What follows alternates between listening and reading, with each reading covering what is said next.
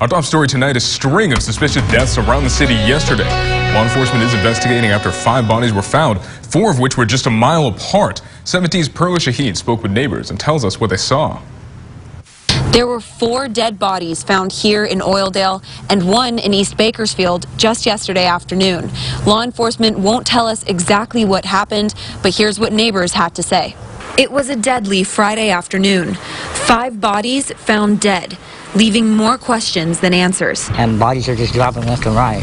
That's not right. The first 2 were found around noon in Oildale at a house on the corner of El Tejon and Hurl Avenue. According to family members, the 2 were relatives. They had this blocked off, that blocked off behind me, and I mean there was at least a good 10, 15 detectives. Kern County Sheriff's Office is still investigating what happened, but neighbors say they didn't hear any shooting. No, there was no gunshots. There was nothing like that. Hours later, at around 3 p.m., 2 other bodies were found at a house on Castaic Avenue, across the street from the Kern County Sheriff's Office.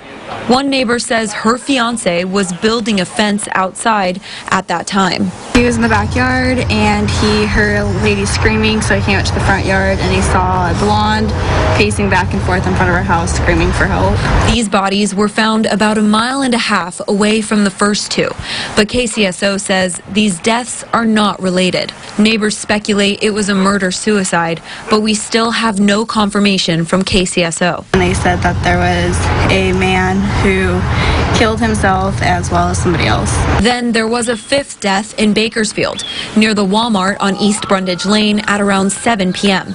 Bakersfield police arrived to find a female with obvious signs of trauma who later died. Anyone with information on these 5 suspicious deaths is asked to call Kern County Sheriff's Department at 861-3110, or you could call Bakersfield Police at 327-7111. In Oildale, Perla Shaheen, 17 News.